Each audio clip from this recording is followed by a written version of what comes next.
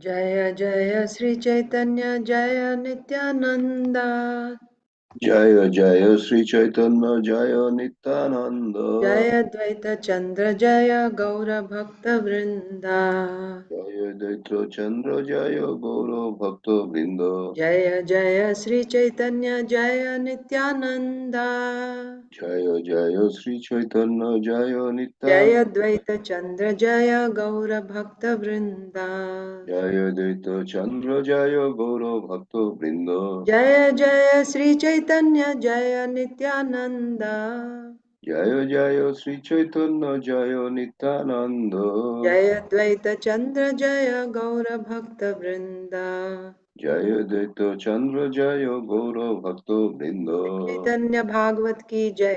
Jai Srila Vrindavan दास ठाकुर की जय। Jai Srila Prabhupada की जय। Jai समवेत गौर भक्त वृंद की जय।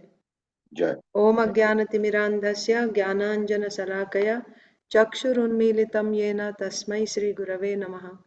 श्रीचैतन्यमनोभीष्टं स्थापितं येन भूतले स्वयं रूपः कदा मह्यं ददाति स्वपदान्तिकम्। नमो विष्णुपादाय कृष्णप्रेष्ठाय भूतले श्रीमते भक्तिवेदांत स्वामिनिति नामिने नमस्ते सारस्वते देवे गौरवाणी प्रचारिणे निर्विशेष शून्यवादी पाश्चात्य देशतारिणे जय श्री कृष्ण चैतन्य प्रभु नित्यानंद श्री अद्वैत गदाधर श्रीवासादि गौर भक्तवृंद हरे Krishna Hare Krishna Krishna, Krishna Krishna Krishna Hare Krishna, Hare Hare Hare, Hare Hare Ram Rama, Rama Rama, Hare Hare. Hare Krishna devotees, welcome to today's Sri Chaitanya Bhagavat reading. We are reading from Sri Chaitanya Bhagavat Antya Khanda. Antya Khanda. So, in Chaitanya Bhagavat Antya Khanda, we read about the pastimes of Mahaprabhu after accepting sannyas. So, we have seen in the last class, we have seen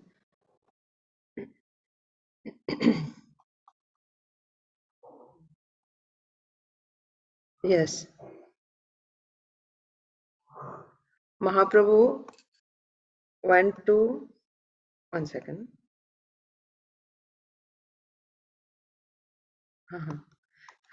So yeah, so we saw how Mahaprabhu went to decided to go to Vrindavan. So Mathura, he decided to go to Mathura, and he went via Bengal. He went to Ramkeli. Then, on the advice of Rup Sanatan Goswami, Mahaprabhu left that place, and then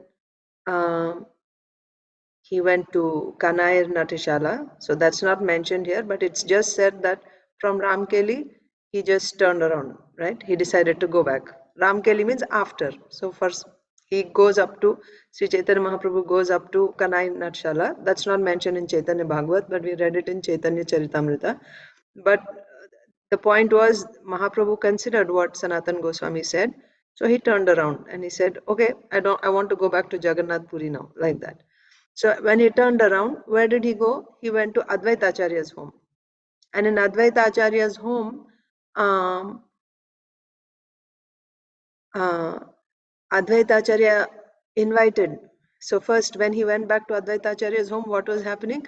Achyutananda, the small boy of Advaita Acharya, one sannyasi had visited Advaita Acharya's home, and that sannyasi had asked a question, who is Keshav Bharati to Sri Chaitanya Mahaprabhu? Then, how Advaita Acharya answered. He said, there's two ways to answer. Either I can answer from the material point of view or spiritual point of view. Material point of view, Keshav Bharati is the guru of Sri Chaitanya Mahaprabhu. Spiritual point of view, Lord Chaitanya is the supreme guru. So Lord Chaitanya is the supreme master, Keshav Bharati is a servant. But let me answer materially first, from material perspective first. So he said, everyone knows Keshav Bharati is the guru of Sri Chaitanya Mahaprabhu. Then how, by listening, hearing this, immediately Achyutananda came. So that whole pastime we read.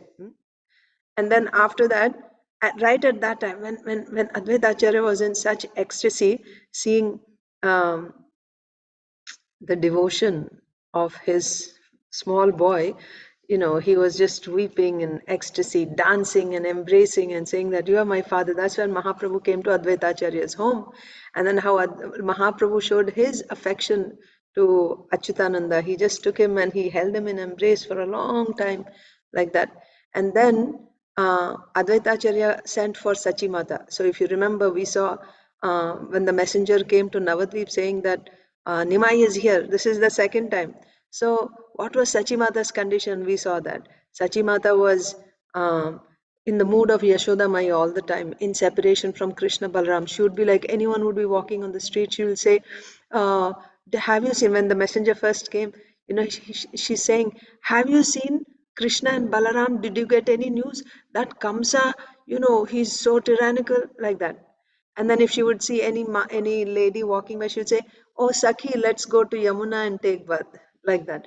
So she was always in the mood of Yashodama, in great separation. Sometimes she would be laughing, sometimes she would be crying, like that. Sometimes she would come to external consciousness, and most of the time she was not in external consciousness.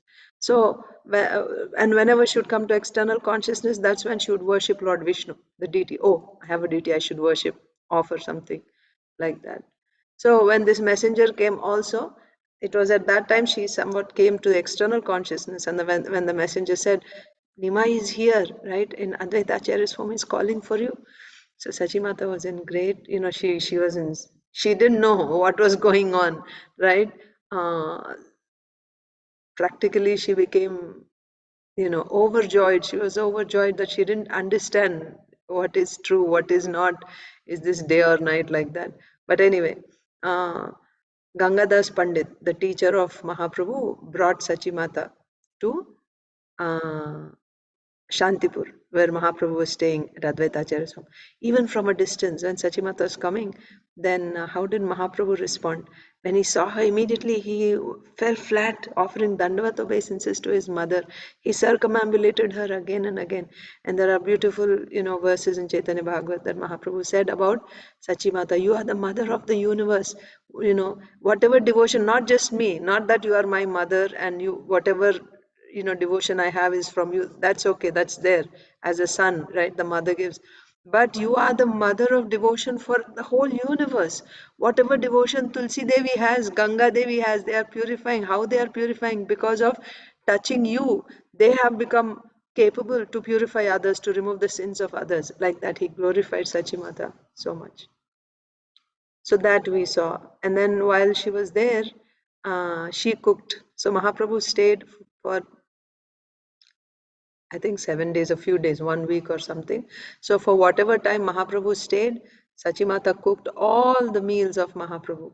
So the last thing that we read was Sachimata cooked a great feast, like so many types, just one shak she would cook, I think 20, 30 varieties of one shak she would cook. And then like that, so many, sabjis and cakes and all types of varieties. The room was practically filled with, and she just cooked. You know, imagine if you have to cook lunch, then you start maybe at 9 in the morning at most, right? And then by noon you make the offering in so much time, and they didn't even have like 4 burner, 12 burner stoves.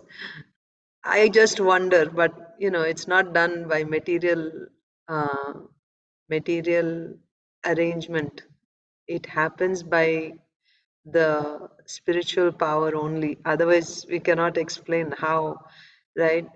Um, Even about Advaita, yeah, Advaita Acharya cooked a feast another time. He and his consort, um, Sita Thakurani, they also had prepared like this.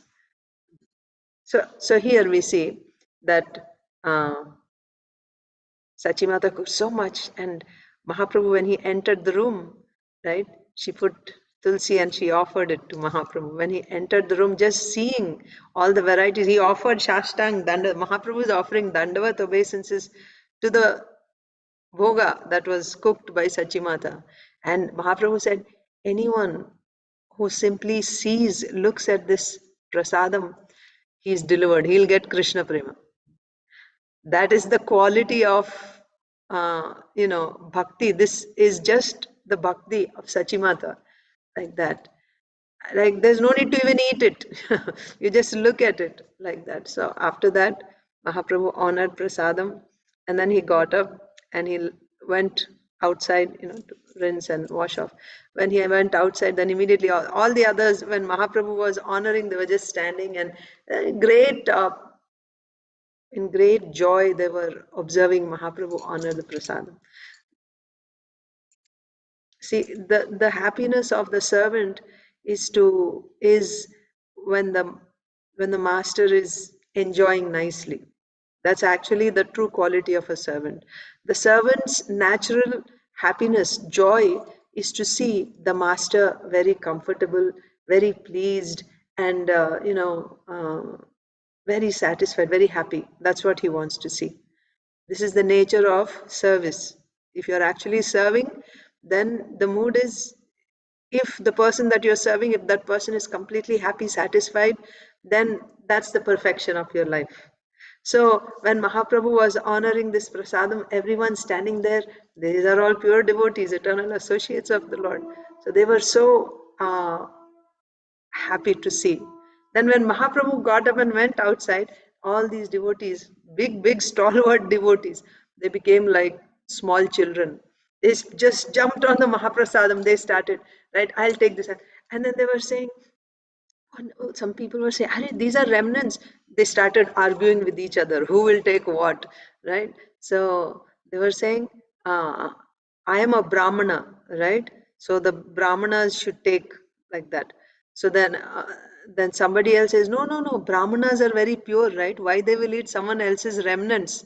The remnants should be given to Shudras, like, you just throw out, and then the Shudras will take the remaining, whatever, juta. So how Brahmanas can take? Then when they gave that argument, the Brahmanas say, but I'm not a Brahmana. I'm no Brahmana. I want. And someone else is saying, okay, all of you take all the prasad. Please give me the banana leaf. Right, please. That's all I want. I don't want the leaf on which Mahaprabhu ate. Like this. It was a very sweet pastime. So everyone took it. And after this whole thing was over, Mahaprabhu went and sat down, and around him all the devotees sat after lunch, right? After eating, they all sat down. And then Mahaprabhu asked Murari Gupta, you have composed 8 verses about Lord Ramchandra. I want to hear that. Please recite. So that's what we've been reading. So we didn't get through all the 8 verses. We just, I think, read a couple of verses.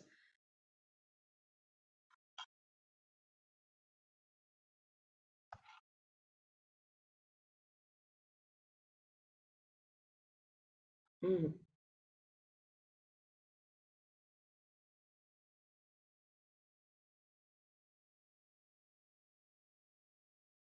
yeah. Yeah, also Mahaprabhu, when he was honoring that prasadam, Mahaprabhu looked at each of the preparation. The shak especially is very dear to Mahaprabhu. So he would say, naming what is the name of each variety, right, of that particular preparation of shak. And he would say, this is Patala Vastuka and this is Kala. So when one eats this, then what happens? If you simply eat that shak, then you will get association of Vaishnava's birth after birth. By simply eating that shak, you get association of Vaishnava's birth after birth. And the other one, he said, this is another name, Salincha, and Helancha. If you eat this, you become free from all diseases, not just material diseases, all bhavaroga only. You will meet Lord Krishna.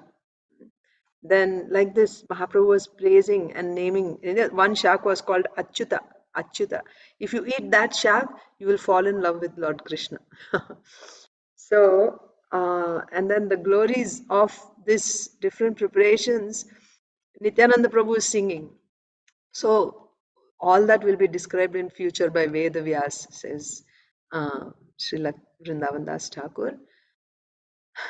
And then here is the arguments between devotees, right?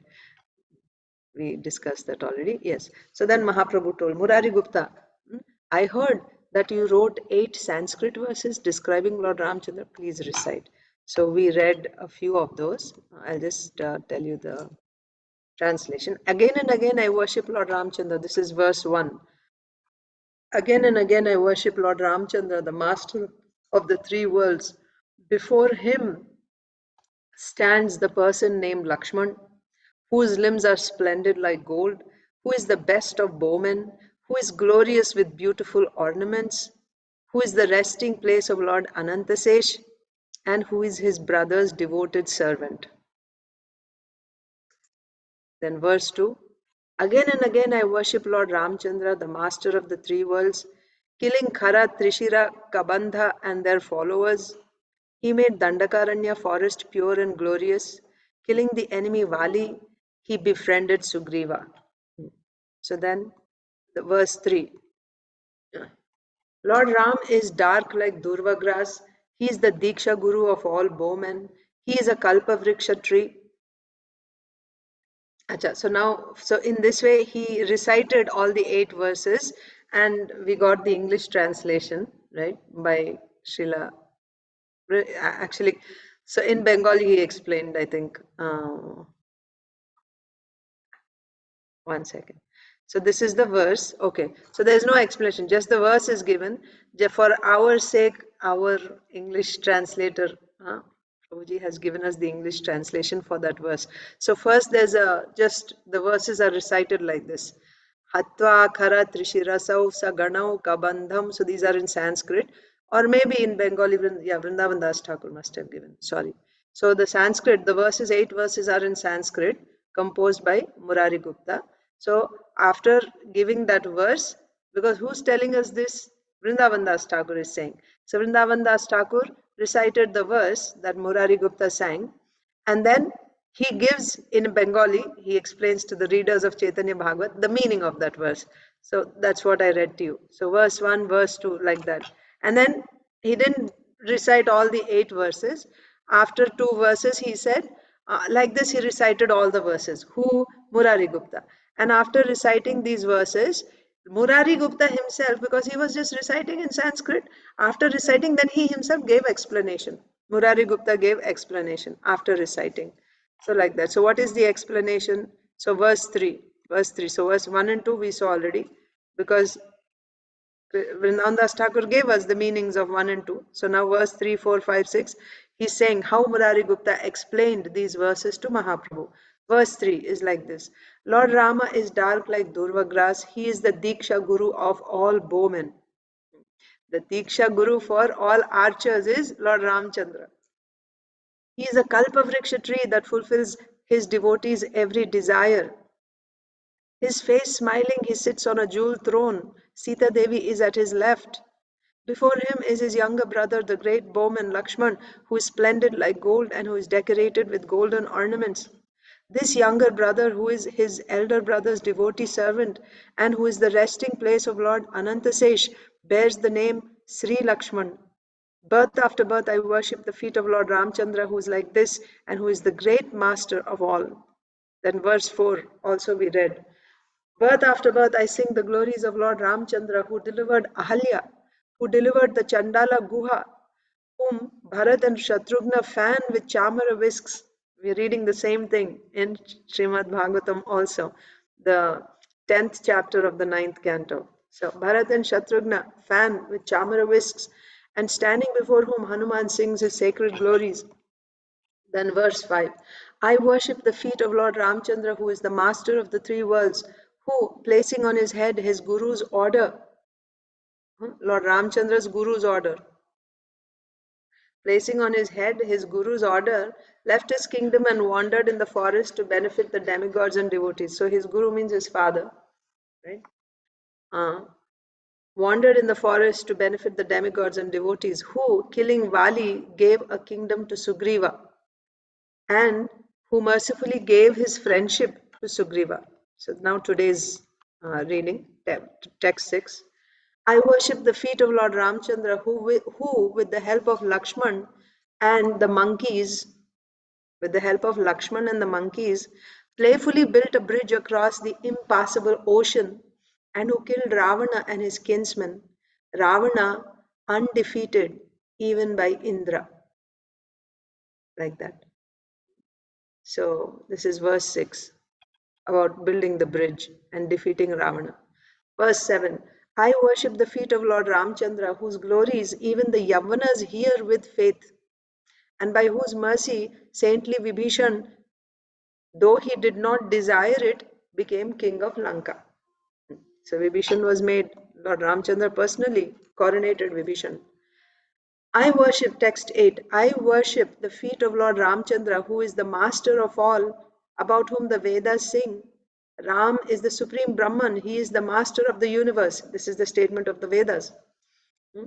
Who, to stop the wicked, always carries his bow, who protects the citizens as if they were his own children. This is the verse we read yesterday. Lord Ramchandra, when he came back, he was ruling Ayodhya, and he was just like a father to all the citizens, and he ensured that all citizens carried out their duties according to Varna and Ashram. And the citizens also getting this type of protection from Lord Ramchandra loved him just like children love their father.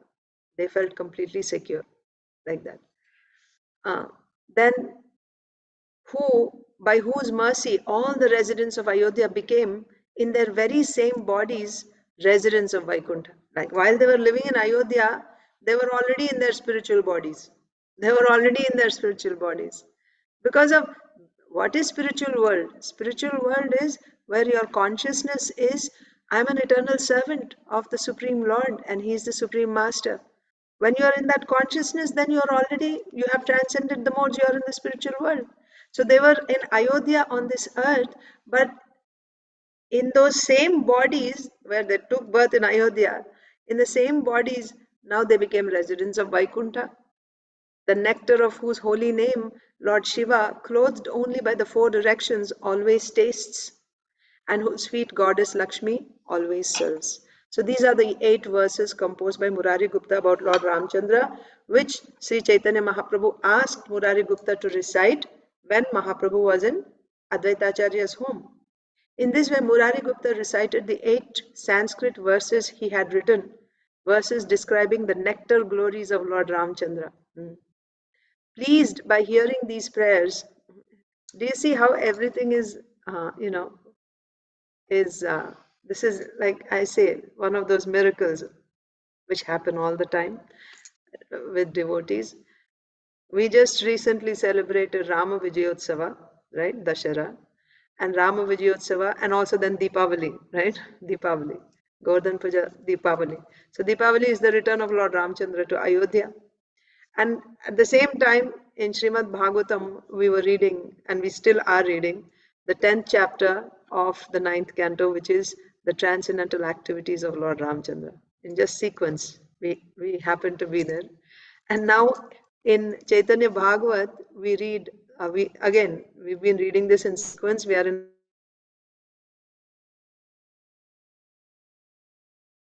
Acharya's home. And in that, Mahaprabhu is asking Murari Gupta, uh, please recite the 8 verses of Lord Ramchandra's, that you have composed about Lord Ramchandra. And in that again, we see all the activities of Lord Ramchandra. So here we are seeing that in this way, Murari Gupta recited the 8 Sanskrit verses he had written, verses describing the nectar glories of Lord Ramchandra. Pleased by hearing these prayers, Lord Chaitanya placed his lotus feet on Murari Gupta's head.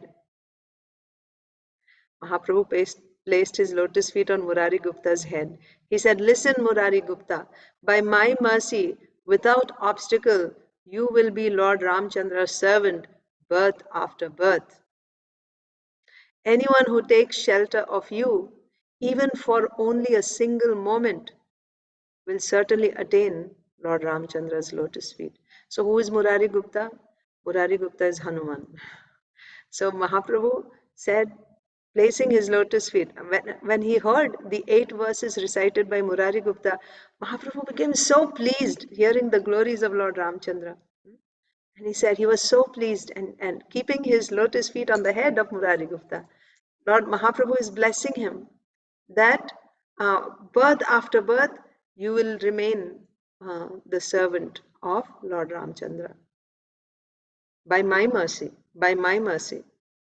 without any obstacle, you will be Lord Ramchandra's servant, birth after birth.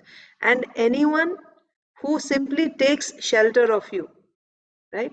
That person also will become a servant of Lord Ramchandra. He will attain Lord Ramchandra's lotus feet. Hearing the boon Lord Chaitanya gave, Murari Gupta, sorry, 1 second. This is 344. Okay, 344. Hearing the boon Lord Chaitanya gave Murari Gupta, everyone made a great sound of Jai, Jai. Again, another thing that we see. We saw in the case of Rupa Goswami and Sanatan Goswami, when they received the mercy of Mahaprabhu, all the devotees were in ecstasy seeing the mercy that Rup Sanatan received from Mahaprabhu, because devotees are free from envy. They actually celebrate. That's their greatest joy, to see another Vaishnava receiving mercy from the Lord. So here also, when the Lord is, out of all these devotees, the Lord is showering his mercy on Murari Gupta, how are all the other devotees feeling? Great joy seeing the mercy that Murari Gupta received. And they were all saying, Jai, Jai, Haribol, like that. In this way, the lion of Lord Chaitanya enjoyed pastimes. The four directions around him were glorious with all the devotees, devotees like bees attracted to the lotus flower of his feet. So, yesterday we were reading about Lord Ramchandra's return to Ayodhya in Srimad Bhagavatam, we were reading. And Lord Ramchandra is in his airplane, surrounded by all these ladies who were glorifying him, singing his glories, and various reciters. They were singing the wonderful activities of Lord Ramchandra. So there, the comparison was Lord Ramchandra looked, and then of were there, and everyone like Sugriva, Vibhishan, Angada, Jambavan, they were all there. So it is said that Lord Ramchandra looked like a moon surrounded by so many stars and planets. And here the comparison is Sri Chaitanya Mahaprabhu surrounded by the devotees. Mahaprabhu looked like a lotus, it is said. See? Uh, in this way, the lion of Lord Chaitanya enjoyed pastimes. The four directions around him were glorious with all the devotees. So these devotees were like bees. Mahaprabhu is like a lotus flower. So, when there is a lotus flower, so many bees are around, right? So all these devotees were like bees, attracted to the lotus feet of Lord Mahaprabhu. So the lotus flower is Mahaprabhu's lotus feet. At that time, a leper came before the Lord. So this was the scene. Mahaprabhu is seated with all the devotees, and just now he heard the glories of Lord Ramchandra from Murari Gupta. And right at that time, and then he gave his blessings to Murari Gupta, and all the devotees are rejoicing and celebrating. Right at that time, a leper came before the Lord. He offered Dandavat obeisances. He cried in pain, right? So it's very painful, because basically your body is eaten up by leprosy, right? In advanced stages of leprosy, your fingers, they're all eaten up. They just, you don't have anything, and that's very, very painful. So he cried in pain, raising his two arms, he wept with grief. He said, "O merciful Lord, to deliver the whole world, you descended to this earth. Seeing the sufferings of others, you also feel unhappy. That is why I have come before you, because you're so merciful." This is, we were reading about this in Sri Chaitanya Charitamrita, daily readings, that uh, uh, Srimati Radharani is in separation, and the other Sakhis are trying to console her that, oh, be patient, Srimati Radharani. Krishna is Karuna Sindhu. He's an ocean of mercy. He has so many wonderful qualities. He will certainly accept you in future. Krishna is Karuna Sindhu. So here also this leper is saying that you are so merciful. Out of your mercy, you have descended to this earth, right? And seeing the sufferings of others makes you unhappy. That is why I have come before you, that you only, because you have so much mercy in your heart, you will help me. I am tormented by leprosy. My body burns with pain. Please say how I may be cured. How can I be cured? I'm not able to tolerate this pain. I'm tormented by leprosy. Hearing the leper's words, Lord Chaitanya angrily rebuked him. See, there must be some cause. Why you got this? So when this leper was weeping like this, Mahaprabhu angrily rebuked him, saying, "Die, die, you sinner. When the people here see you, sin takes birth within them." right? You are such a sinner. You deserve worse than this. Simply by seeing you, all the pious people will become sinful. By seeing you, they will become sinful.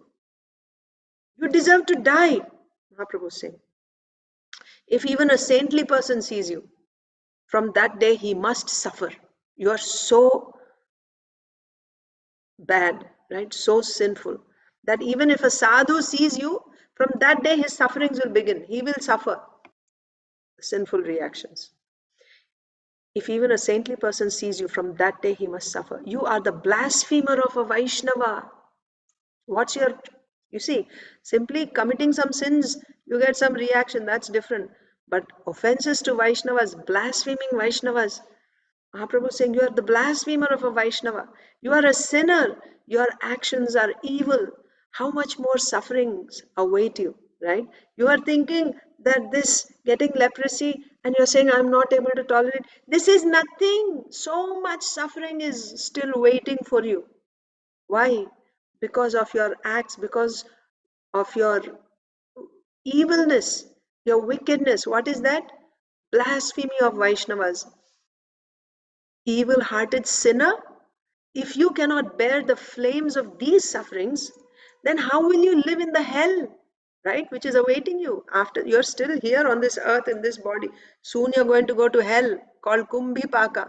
How will you bear that suffering, right? Oh, evil-hearted sinner.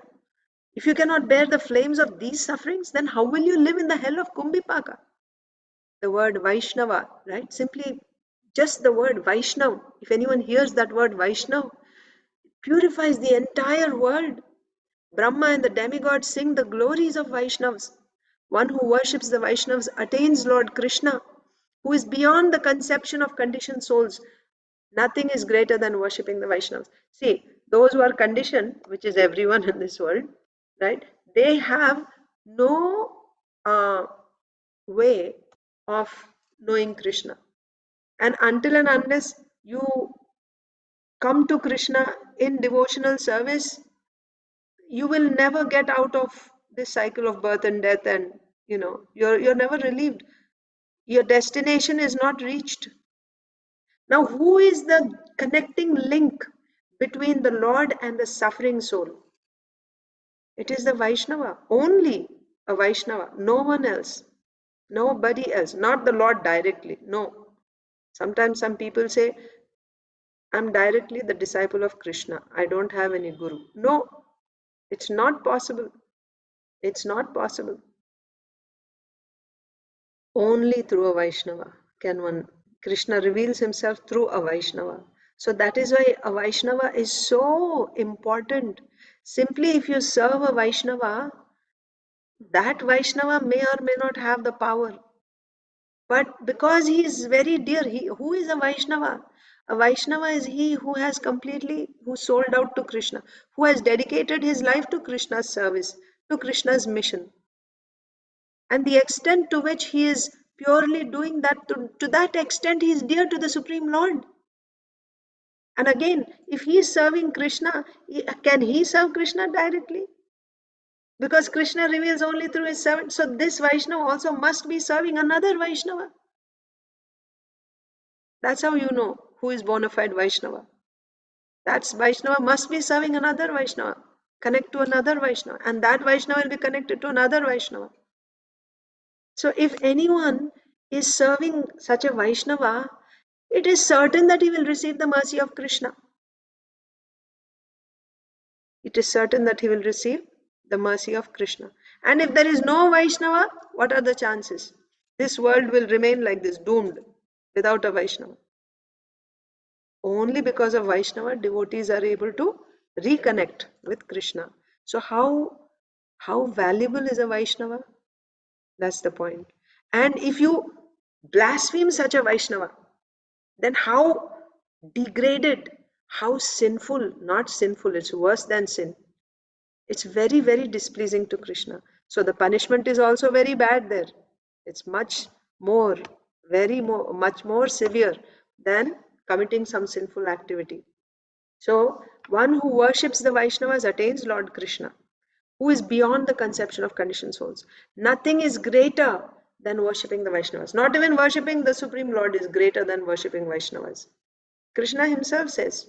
Uh, so Lord Shiva says. Aradhananam sarvesham Vishnur aradhanam param. But even superior to that is Tadiya, right? The devotees of servants, that is even superior to worship of the Supreme Lord. So here also Sri Chaitanya Mahaprabhu is saying, nothing is greater than worshipping the Vaishnavas. The Vaishnavas are dear to Lord Krishna, more dear than Lakshmi. Yes, this also. Brahma, Shiva and Anantasesh, more dear than the Lord's own body. This Srimad Bhagavatam declares, Srimad Bhagavatam 11, 14, 15, Lord Krishna says to Uddhava, Na tatha me priyatama atmayonirna shankaraha na cha sankarshano na shrir naivatmana yatha bhavan. O Uddhava, neither Brahma, nor Shankara, nor Sankarshan, nor Lakshmi, nor even my own self is as dear to me as you. See, this is the so this is very beautifully explained by Srila Vishwanath Chakravarti Thakur. Exactly the same idea is explained.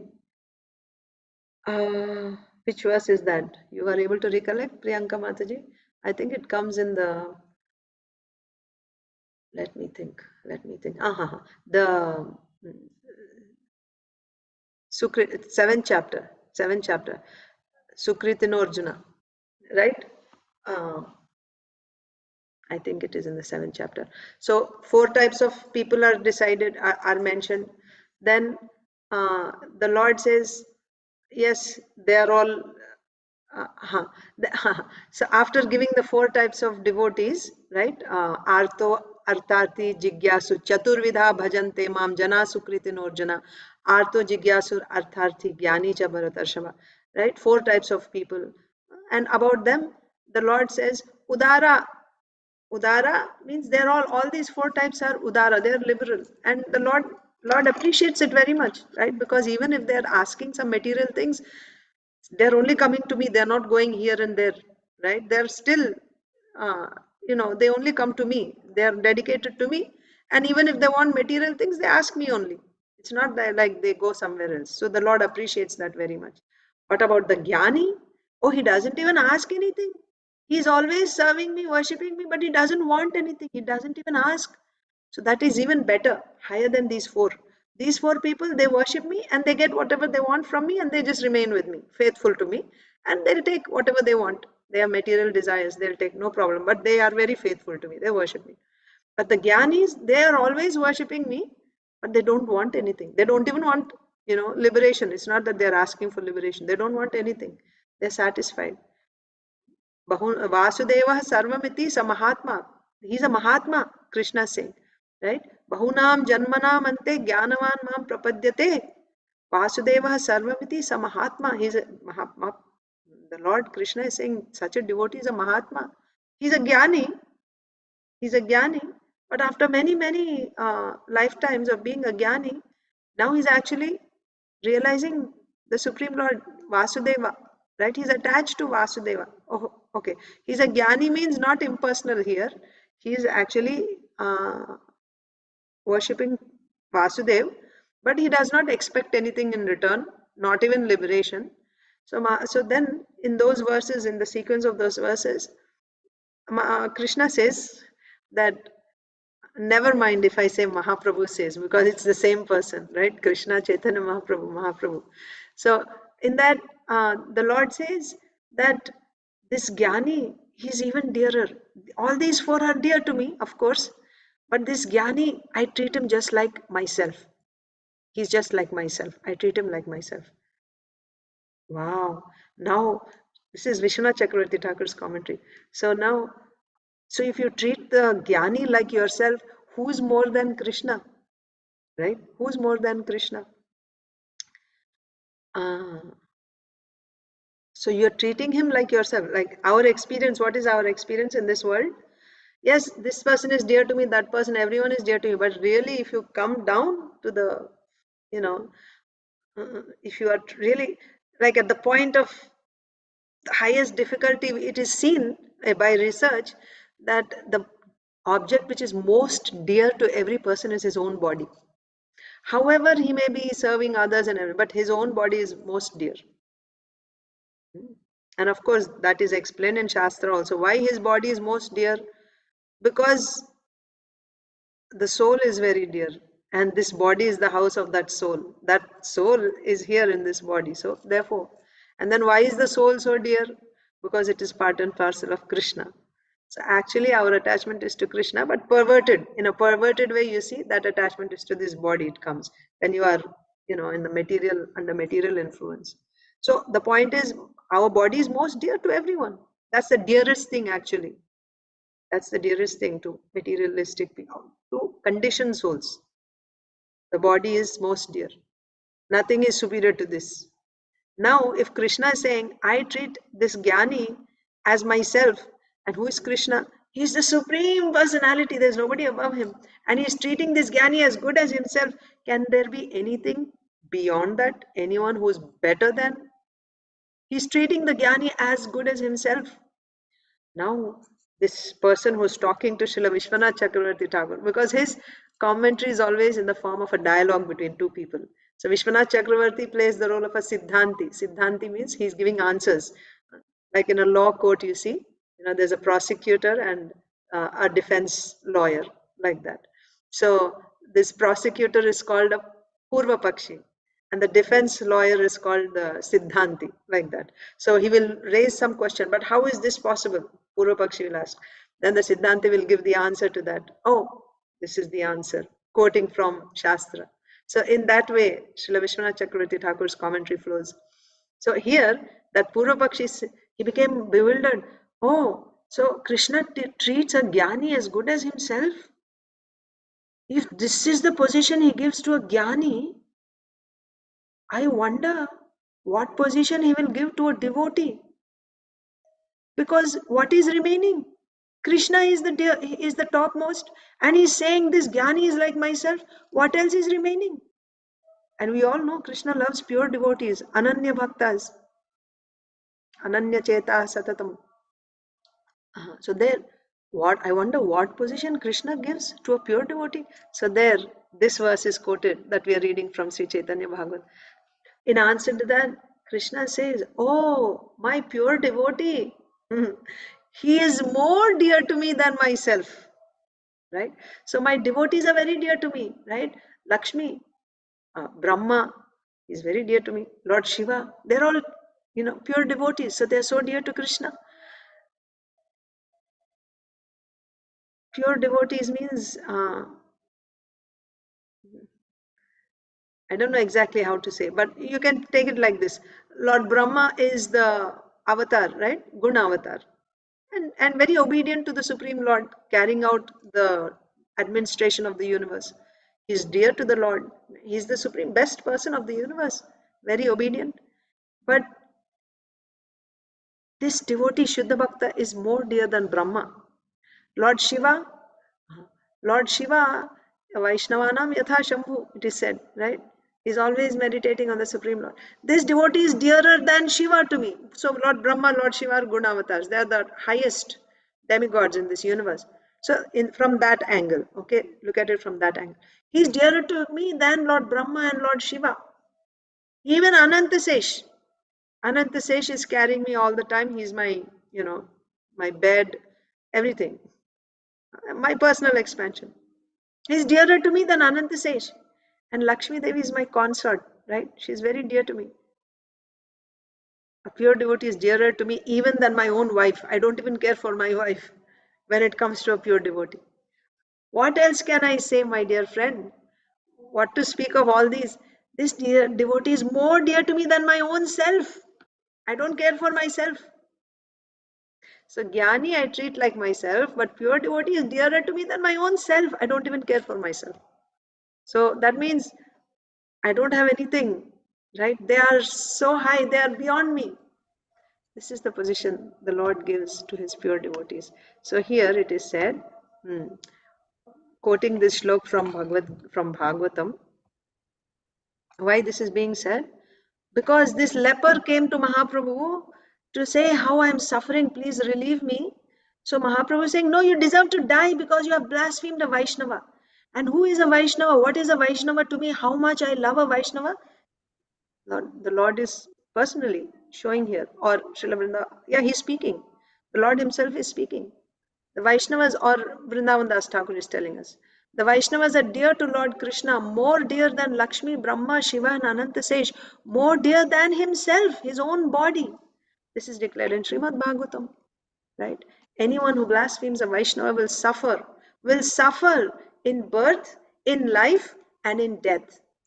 There's no end to the sufferings of a person who blasphemes Vaishnavas. He will suffer in this life and after death. And again, when he'll take birth, he'll suffer in birth. That means birth is not going to be easy. Birth is in itself painful, but it won't be an easy birth. Same with death and life. And then it'll start over again. This is the punishment for one who blasphemes a Vaishnava. Anyone who blasphemes a Vaishnava is a sinner, is a person of evil deeds. His education, noble family, austerities, and other virtues are all fruitless. You may be a very highly educated person, you may be from an aristocratic family, right, well respected by everyone, and you may even be a great, tapasvi, performing austerities, right? Like you eat very little bit or things like that. That means people respect you for being so renounced. Still, if you blaspheme Vaishnavas, then you are a sinner, a person of evil deeds, is saying, Srila Vrindavan Das Thakur is saying. Whatever other virtues you may have, right, they're all useless, fruitless, if you're blaspheming a Vaishnava. If he worships Lord Krishna does not accept his worship. Anyone who blasphemes a Vaishnava is a sinner. Krishna won't accept. You may even be a devotee. You may call yourself a devotee worshipping Krishna. But if you're blaspheming Vaishnavas, rest assured, not assured, right? You know it for a fact that, know it's assured, but don't rest, right? Because it's not a nice thing. Know that if you're blaspheming Vaishnavas, Krishna is not accepting any of your services. Krishna does not accept his worship. Anyone who blasphemes a Vaishnava is a sinner. But by a Vaishnava's dancing, the earth is made fortunate and glorious. By a Vaishnava's glance, the sins in the four directions wither and die. When a Vaishnava raises his arms to dance, the troubles in Swargaloka all perish.